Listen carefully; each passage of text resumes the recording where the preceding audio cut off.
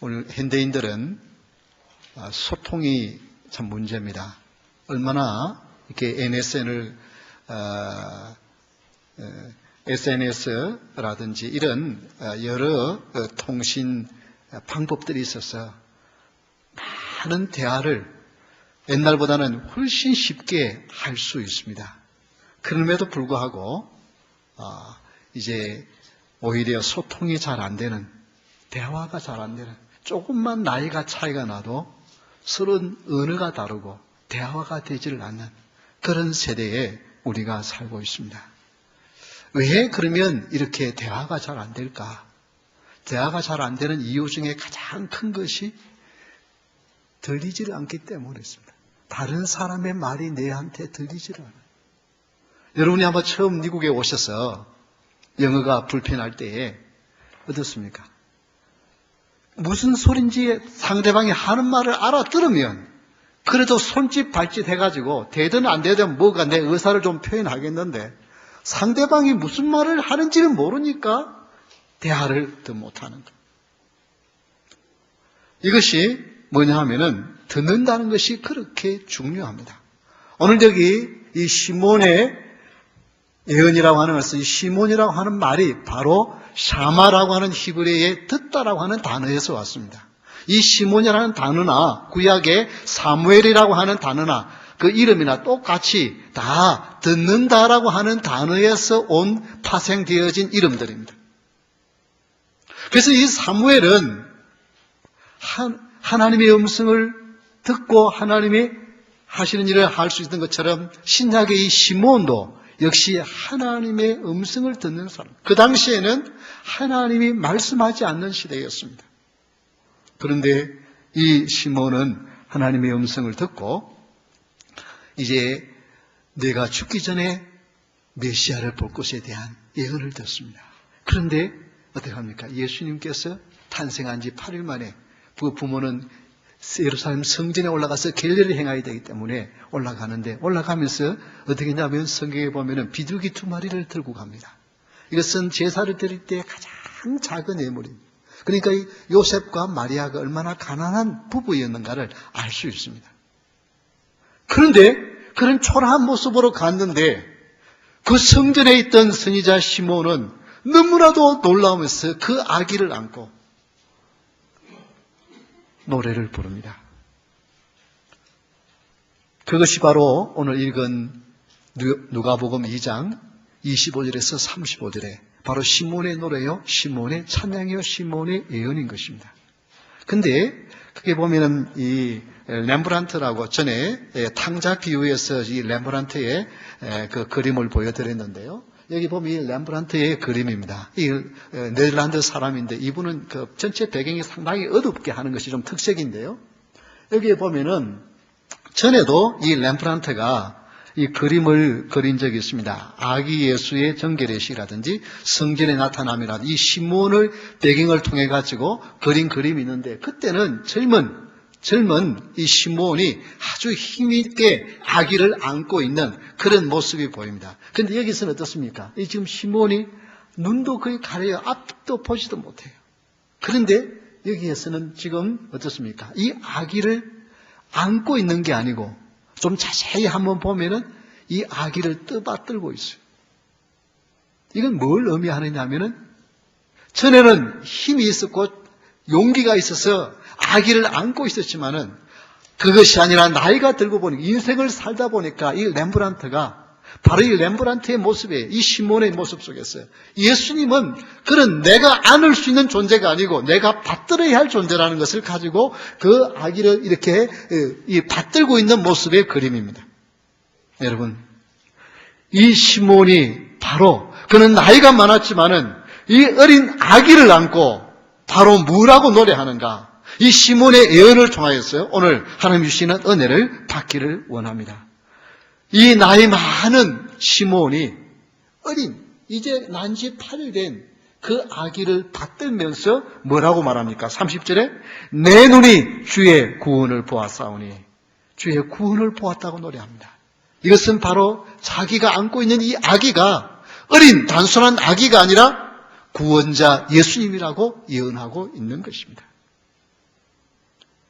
여러분 26절에 오늘 본문 26절에 보면 그가 주의 그리스도를 보기 전에는 죽지 아니하리라 하는 성령의 지시를 받았더니 성령의 감동하심으로 내가 죽기 전에 메시아를 보리라고 했는데 그 아기가 오는 순간 성령은 그에게 가르쳐 주십니다. 이 시몬이 이 성령의 음성을 듣는 것은 놀라운 역사적인 의미가 있습니다. 구약의 말라기 선지자, 즉 예수님이 오시기 400년 전에 말라기 선지자로부터 400년간 하나님은 이스라엘 백성들에게 선지자를 보내지 않았습니다. 그런데 하나님은 이 시몬에게 말씀하십니다. 그러면서 내가 죽기 전에 메시아를 볼 것을 말씀하는데 어떻게 해서 그랬을까? 우리 25절을 다 같이 한번 다시 읽겠습니다. 누가복음 2장 25절 시작. 예루살렘에 시몬이라 하는 사람이 있으니 이 사람은 의롭고 경건하여 이스라엘의 위로를 기다리는 자라. 성령이 그 위에 계시더라. 예. 그는 의롭고 경건한 사람이었습니다. 즉 올바른 길을 간 하나님의 말씀을 따라서 사는 그런 경건한 사람이었기에 하나님께서 성령이 그에게 함께하니까 성령께서 그를 찾아오시고 그에게 말씀하십니다. 그러면서 29절을 한번 보십시오. 29절에 한번 보면 29절 우리 다 같이 읽겠습니다. 주제여 이제는 말씀하신 대로 종을 평안히 놓아주시는도다. 예, 그렇습니다. 예수님이 오시면 예수님이 구세주가 되시면 사람을 평안히 놓아주십니다. 즉 자유케 하십니다. 여러분 죄는 얽어매이는 것이 있습니다. 죄를 지으면 사람이 불안할 수밖에 없습니다. 죄를 지으면 죄의 종이 될 수밖에 없습니다. 그런데 예수님이 오셔서 이제는 그 죄의 종되었던 인생들을 풀어주신다는 것입니다. 그래서 시편 146편 7절에 보면 억눌린 사람들을 위해 정의로 심판하시며 줄인 자들에게 먹을 것을 주시는시로다. 여호와께서는 갇힌 자들에게 자유를 주시는도다. 예수님은 갇힌 자를 자유롭게 하십니다. 여러분 왜 예수님을 믿으면 기쁘냐? 그토록 벗어날 수 없었던 죄의 종이 되었던 정말 이것이 이 죄를 지으면 내가 망한다는 것 알면서도 그 죄에 딸려 들어갈 수밖에 없는 인생들이었는데 예수님의 이름이 예수님을 믿게 되니까 나도 모르게 그 죄가 싫어지는 거예요. 억지로 울면서 버리는 것이 아니라 그것이 싫어지는 거예요. 이것이 뭐냐면 죄로부터 자유를 주시는 하나님의 은혜인 것입니다. 여러분 그래서 하나님의 은혜를 받은 사람은요 억지로 죄를 내버리는 것이 아니라 싫어서 내버리는 거예요. 그래서 요한복음 8장 36절에 보면 그러므로 아들이 너희를 자유롭게 하면 너희가 참으로 자유로우리라. 예수님이 자유를 주면 참된 자유를 누릴 수 있어요. 여러분 답답함이 있습니까? 불안함이 있습니까? 초조함이 있습니까? 이 시간 예수님을 나의 구주로 영접하시기를 바랍니다. 주님께는 자유함이 있습니다. 저는 중학교 때까지 예수님을 몰랐습니다. 그런데 늘 저는 긴장해. 뭔가 이렇게 잘해야 한다고 하는 그런 저희 아버님이 성격이 급하시기 때문에 조금만 실수하면 야단치십니다. 그래서 늘 야단치는 가운데 그 야단을 맞지 않게 해서 얼마나 이렇게 긴장하면서 생활했는지 몰라요. 그러다 보니까 이렇게 책상에 앉았는데도 다 긴장하니까 달달달 떠는 거예요. 책상이 흔들리는 거예요. 한 밤중이 되었는데 옆에 같이 자취를 하는 분이 깜짝 얼굴이 하얘지는 거예요. 왜냐하면 뭔가 밤중이 되었는데 공부를 하는데 책상이 흔들흔들 하니까 이게 제가 그렇게 흔들었어요. 예수님 믿기 전에 그런 긴장감이 있었어요. 그런데 예수님 믿고 그것이 사라졌어요. 물론 아직도 때로는 나도 모르게 무의식 중에 긴장감이 생길 수 있어요. 그러다가도 그래 주님이 나의 주인이 되시는데 그러면서 마음에 긴장감이 사라져요. 여러분 주님은 자유를 주시는 분인 줄 믿으시기 바랍니다. 주님을 만나면 인생은 변화되었습니다. 주님은 우리의 구세주가 되시는 분이십니다. 세계적인 지휘자 정명훈 씨 그를 이렇게 말합니다. 내 인생은 카를로 마리아 줄리니를 만나서 내 인생은 변화를 가져왔다. 내 인생은 크게 바뀌었다. 그렇게 고백합니다. 그는 원래 피아니스트였습니다. 차이콥스키 대회에서 2등을 했습니다. 사실 2등이지만 1등이 없는 2등이었으니까 1등 한 거랑 마찬가지잖아요.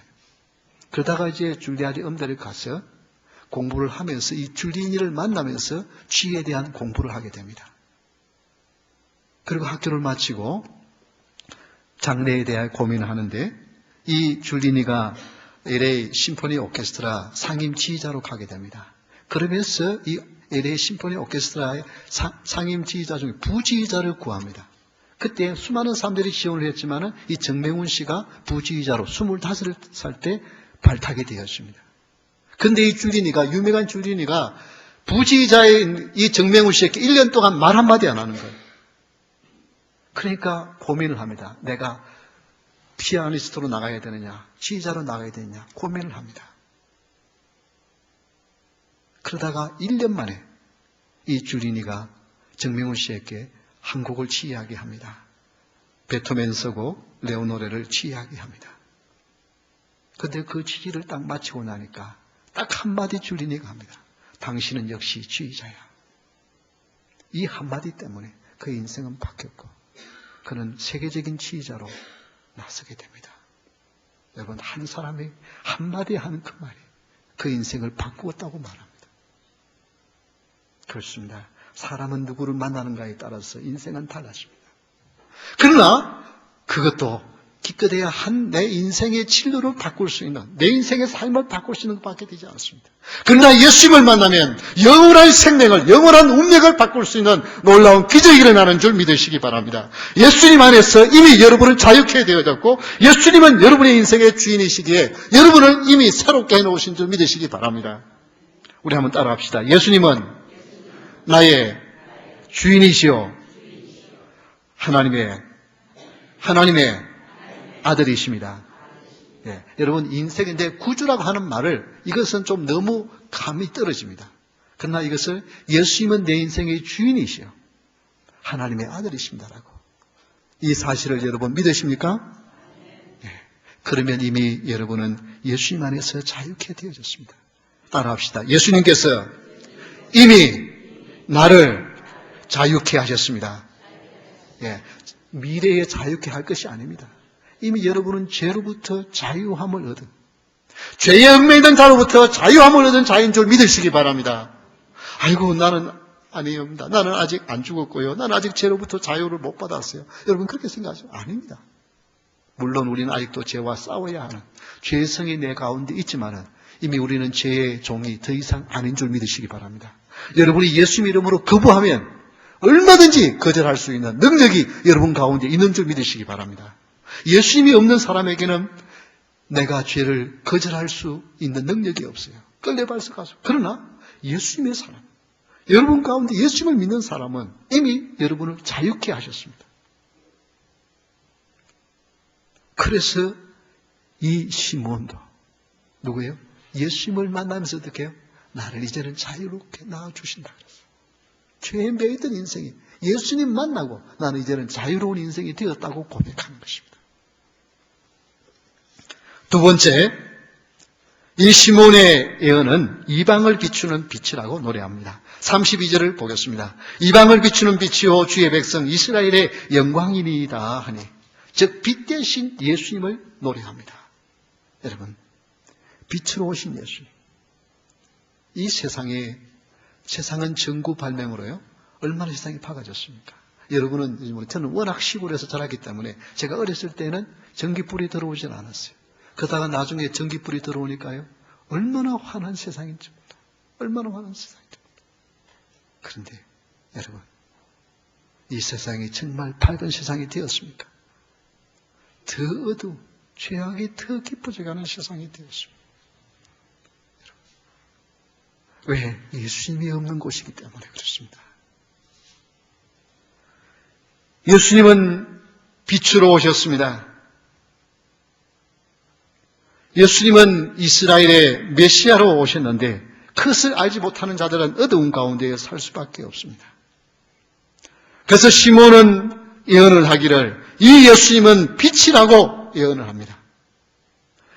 여러분, 예수님이 빛이 비치면 인생은 생각하고 말하고 생활하는 것이 달라집니다.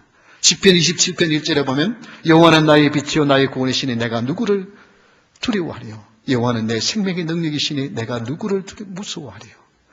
빛이 비치면 무서울 것이 없고요. 빛이 비치면 어둠이 그를 더 이상 주관하지 못하는 사람이 되었습니다. 랍비가 학생들을 모아놓고 이런 이야기를 합니다. 이 레바이 조엘이 한 이야기입니다. 자, 밤이 끝나고 낮이 시작되는 것을 어떻게 알 수 있느냐? 학생들에게 질문을 합니다. 밤이 끝나고 낮이 시작되는 걸 무엇으로 알 수 있느냐? 그러니까 그 한 학생 중에 똑똑한 학생이 뭐라고 말하면 저 멀리 떨어져 있는 집이 보이는데 그 집이 내 집인지 이웃의 집인지 구별할 수 있을 때 그때 밤이 끝나고 낮이 온 것을 알 수 있습니다. 상당히 생각이 깊은 이야기입니다. 즉 내 집과 남의 집을 구별할 수 있는 걸 지금 이야기하는 겁니다. 그래도 만족하지 않습니다. 그러니까 다른 학생이 또 말을 합니다. 밖에 동물이 있는데 그 동물이 짐승이 눈에 보이기 시작하면서 그것이 내 짐승인지 이웃의 짐승인지 구분할 수 있는 것이 밤에 끝나고 낮이 오는 증거입니다. 그렇게 말하니까 그것도 자기가 원하는 답이 아니라 그럽니다. 그런데 한 학생이 뭐라고 말을 하냐면은 밖에 정원에 있는 아름다운 꽃이 색깔을 구분할 수 있을 때 그때에 밤이 끝나고 낮이 온 것을 알 수 있습니다. 그렇게 답을 합니다. 상당히 똑똑한 학생들의 답입니다. 그래도 이 레바이는 랍비는 만족하지 않아. 너희들은 기껏해야 무엇을 분간할 수 있는 분별할 수 있는 그 정도밖에 생각하지 못하는구나. 그러나 진정 밤이 끝나고 낮이 오는 것은 너희 바로 옆에 있는 지체가 옆에 있는 사람이 내 형제요 내 자매로 보일 때야 드디어 밤이 끝나고 낮이 오는 것이다. 사랑하는 성도 여러분, 사람들은요 자기 밖에 보이지 않습니다. 감이 캄캄하면 주위에 사람은 아무도 안 보이잖아요. 자기 밖에 보이지 않잖아요. 이게 어둠이에요. 그러나 예수님이 오셔서 빛을 비추면 나밖에 보이지 않던 인생이 주위에 있는 사람들이 내가 사랑해야 할 형제요 자매로 보일 때 그때야 드디어 빛이 온 것이고 드디어 낮이 온 것입니다.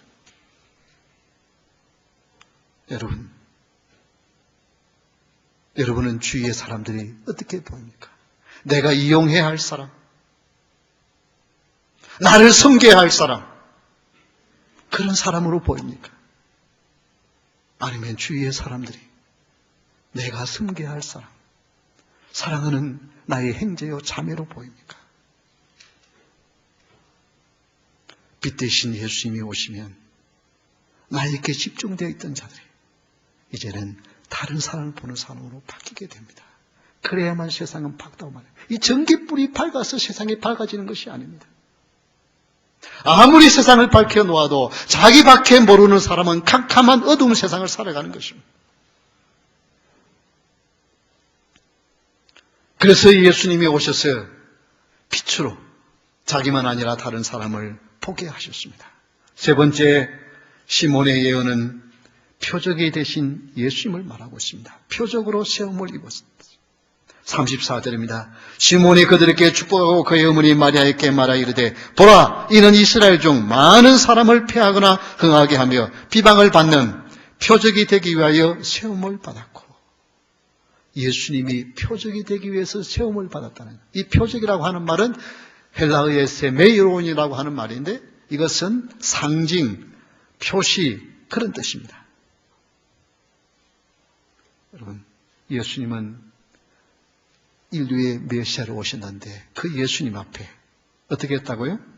이스라엘 중 많은 사람을 어떻게 해요? 패하게 하거나 흥하게 하며.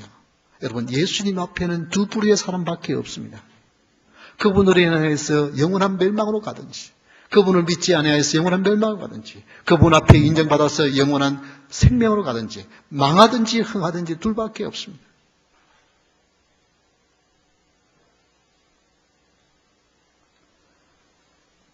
구원받은 자는 영생으로, 버림받은 자는 영원한 형벌로 가는 두 부분의 구분밖에 없다고 말합니다. 그래서 이스라엘 중 이는 이스라엘 중 많은 사람을 패하게 하거나 흥하게 하며 그 다음에 비방을 받는 표적이 되기 위하여 시험을 받았고 당신이 표적이 되기 위해서 시험을 받았다는 것입니다. 여러분, 예수님은 표적으로 오셨습니다. 마태복음 12장 38절 39절에 보면 바리새인과 서기관들이 예수님께 찾아왔어요. 당신이 정말 메시아면 좀 표적을 보여달라. 좀 대단한 능력을 보여달라. 그렇게 말할 때 예수님이 뭐라고 말했습니까?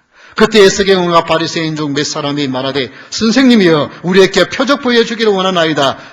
그때 예수께서 대답하여 이르시되 악하고 음란한 세대가 표적을 구하나 요나의 표적 밖에는 보일 표적이 없느니라.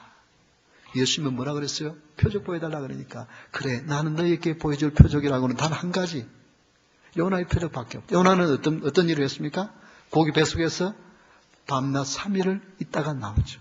예수님의 죽으신 나는 너희들에게 보여줄 수 있는 표적은 내가 십자가에 죽는 것밖에 보여줄 것이 없다고 말씀하셨어요. 이게 표적입니다. 여러분, 예수님을 만나면 예수님을 믿으면 내가 죽고 예수님이 사는 것이 예수님을 믿는 표적인 것입니다. 내가 죽고 예수님 사는 삶, 이것이 성도인 것입니다. 그래서 예수님을 바라보면 이미 나는 십자가에 죽었고 이제는 예수님이 내 안에 살기 때문에 예수님의 생각과 예수님이 원하는 것을 말하고 행동하는 자가 성도인 것입니다. 우리 한번 따라 합시다. 나는 이미 죽었다. 내 안에 예수님이 살아계신다. 이 고백을 하며 살 수 있기를 바랍니다. 예수님, 나는 이미 옛사람은 죽었어요. 아이고, 내가 오늘도 또 이렇게 화를 내는 거 보고 또 이렇게 내 복장이 뒤집어지는 거 보니까 나는 아직 안 죽었어. 여러분 그렇게 생각하지 마십시오. 이미 우리는 죽었어요. 왜? 예수님 믿고 이미 우리는 죽은 존재. 이제는 내 안에 예수님이 살아계시는 것입니다. 교회에서 성탄절이 다가올 때 교회에서 한 프로그램을 했어요. 뭘 하느냐 하면은 이제 고아원이 있는데 고아원에 있는 아이들에게 장난감을 선물하고 싶은데 새 것을 가져오든지 아니면 집에 있는 거 사용하지 않는 거든지 장난감을 다 가져와서 선물을 이렇게 고아원에 가져다 주자고 그런 이제 장난감 수집을 했습니다. 그래서 교인들이 장난감을 이렇게 가져오는데 한 성도님이 그 어린 아이에게 아들에게 이렇게 말합니다. 애야, 우리 교회에서 하는 프로그램이니까 네가 원하는 장난감을 하나 가져가자.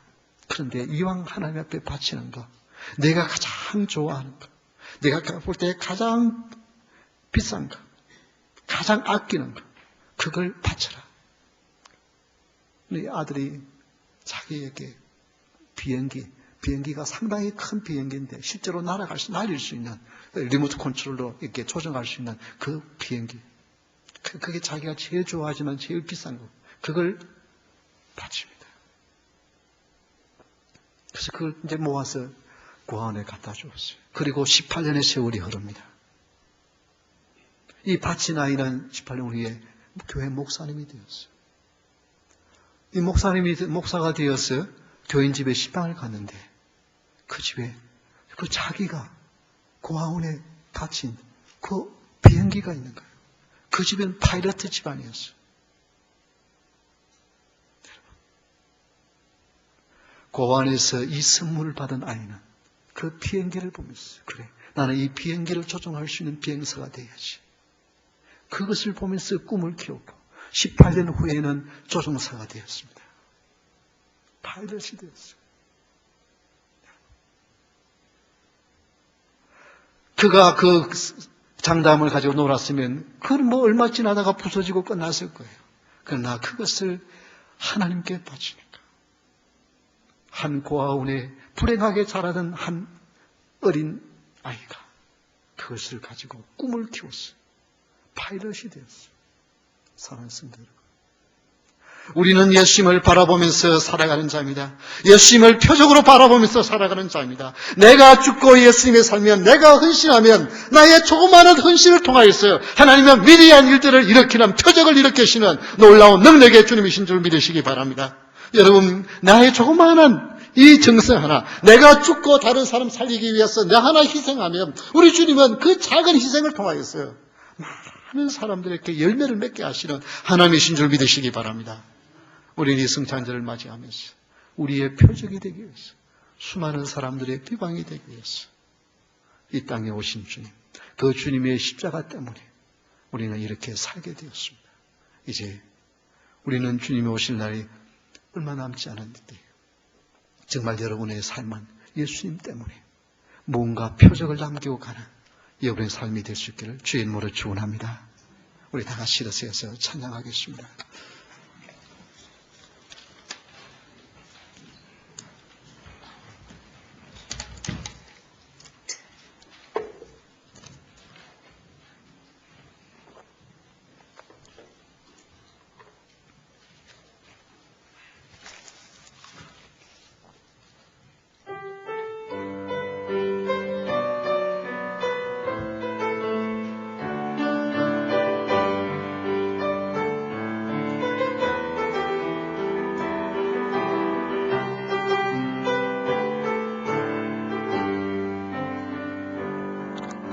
내 눈 주의 영광을 보네.